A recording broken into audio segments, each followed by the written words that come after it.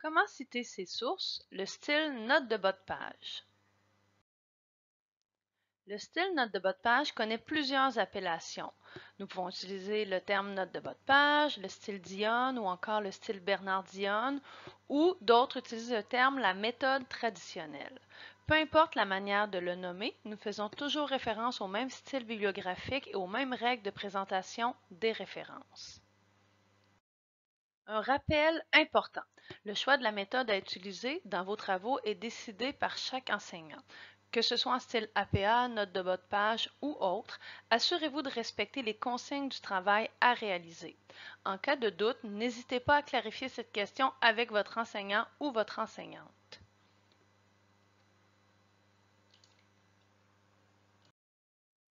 En style note de bas de page, comme avec les autres styles bibliographiques, il est important de se rappeler que vous devez toujours indiquer vos références à deux endroits dans vos travaux.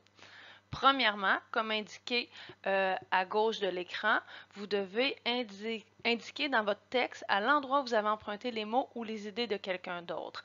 En style note de bas de page, vous voyez l'exemple au bas de l'écran. Il faut utiliser un appel de notes lorsqu'on fait une citation directe courte, une citation directe longue ou encore une paraphrase. Le deuxième endroit dans votre travail où vous devez indiquer vos références se trouve à la fin de votre travail dans la bibliographie où vous devez reprendre la liste des ouvrages que vous avez utilisés pour faire votre travail. Concrètement, comment faire dans vos textes? Première situation, pour les citations directes, l'extrait est copié-collé dans votre texte et il doit être encadré entre guillemets. Les guillemets sont illustrés en jaune dans l'exemple à l'écran. Ensuite, pour mentionner la source de la citation, il faut ajouter un appel de notes, c'est-à-dire un chiffre en exposant avant la fermeture des guillemets. La fonction automatique insertion de notes de bas de page de votre logiciel de traitement de texte doit être utilisée. Dans le bas de la page, un espace est créé pour inscrire une note de bas de page, comme vous voyez souligné en rouge à l'écran. Saisissez les informations complètes de la source citée, auteur, titre, etc. Pour savoir quelles informations inscrire, suivez les directives de l'outil Mon Diapason. Ne pas oublier, ce titre que l'on trouve en note de bas de page doit aussi se retrouver dans la bibliographie que vous allez produire à la fin de votre travail. Pour retrouver votre outil Diapason note de bas de page, vous devez d'abord trouver le site de la bibliothèque. Vous pouvez faire une recherche dans votre moteur de recherche en cherchant catalogue bibliothèque Gérald Godin. Pour retrouver le site de la bibliothèque, il est vraiment important de retrouver les informations concernant le catalogue en ligne de la bibliothèque du Cégep Gérald Godin. Lorsque vous êtes au bon endroit, vous arrivez sur la page d'accueil de la bibliothèque. Vous retrouvez beaucoup d'informations, mais surtout vous retrouvez à gauche de l'écran les liens vers diapason en style APA et les liens en diapason en style Dionne. Le style Dionne est le style utilisé en note de bas de page. Si l'on clique ici, nous arrivons dans l'outil bibliographique. L'outil fonctionne en choisissant le type de document et en vous donnant les informations sur la manière de présenter les références pour chacun des types de documents. Par exemple, si vous voulez citer la page d'un site web dans votre travail, vous cliquez ici et là, Diapason vous explique comment faire en citation directe.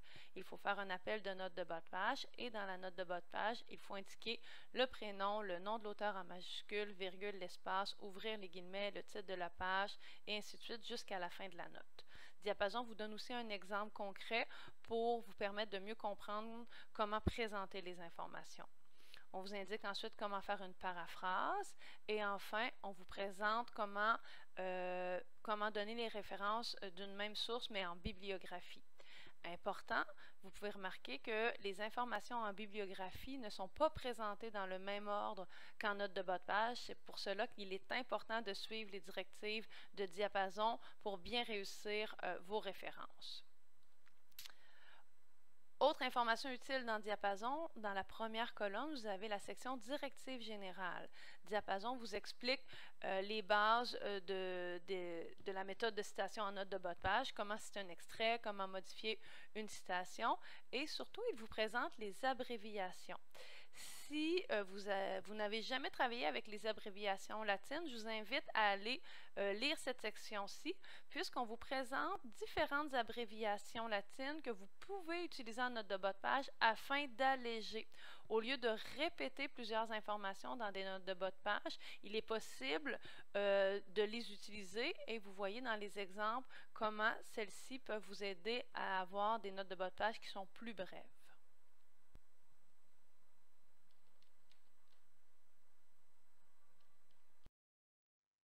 Lorsque vous ajoutez une citation de plus de 3 lignes, la manière de faire est différente. Il s'agit d'une citation longue.